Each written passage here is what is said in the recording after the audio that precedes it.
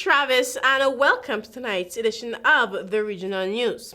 We start off with some international news where Guinea's international music superstar Eddie Grant has issued a cease and desist order to U.S. President Donald Trump and his campaign over the unauthorized use of his hit Electric Avenue in a campaign advertisement. The chart-topping song was released in 1983 and has remained popular since then. On Wednesday, the Trump campaign released a new advertisement attacking his Democratic rival using the song. In a letter to the Trump campaign, Eddie Grant's attorney, Wallace Collins, who is a leading copyright lawyer, told the campaign that they must cease and desist using the song since they have made an unauthorized use of the copyrighted work. The song was written and produced by Grant, and he holds all the rights to the song. The letter states, and I quote, "As a result of your wrongful, unauthorized, infringing use in connection with your controversial political campaign, substantial damage and irreparable harm has occurred and will continue to occur to my client and his reputation as an artist when affiliated in any way with your campaign," end of quote. Attorney Collins also said that his client has always had a reputation for standing for truth and justice for all. This will be seriously undermined by any affiliation with the name Trump in his political context.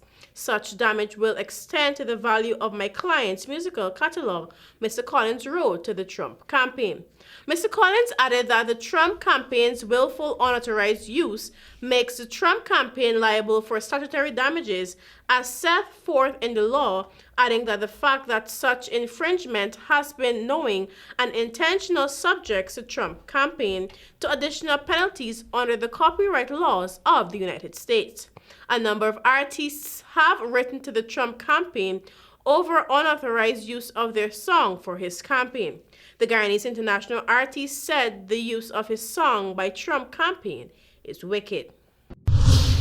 And now for some news in Trinidad and Tobago.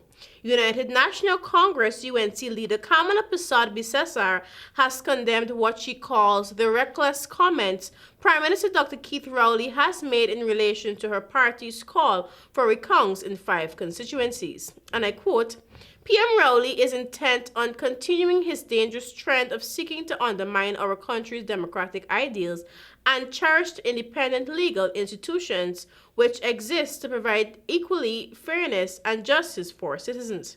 I am therefore serving notice on him that his dictatorial habits of attempting to bully and intimidate citizens will not be tolerated by the UNC in any form," end of quote, Persad-Bissessar said in a release on Thursday. Persad-Bissessar said no leader of a democracy should engage in his persistent, devious attempt to undermine our constitutional provisions in any manner, and especially one as serious and significant as a general elections. The UNC has called for recounts in Talaparo, St. Joseph, San Fernando West, Toco or Sangre Grande, and Puna. In an interview on Wednesday, Rowley said the UNC was pushing a dangerous narrative by seeking the recounts because it was leading their supporters to believe that the People's National Movement (PNM) was an illegal government and that the 2020 general elections was stolen. Thursday, losing UNC candidate for St. Joseph, Mr. Hunt said his lawyers found as many as 171 discrepancies in a single polling station. Police are also currently investigating dumped polling cards found in the bushes of Pinto Road, Arima. And finally, Prime Minister of Bahamas Dr. Hubert Minnis, Deputy Prime Minister Cape Peter, have entered self-quarantine after their offices were exposed to COVID-19.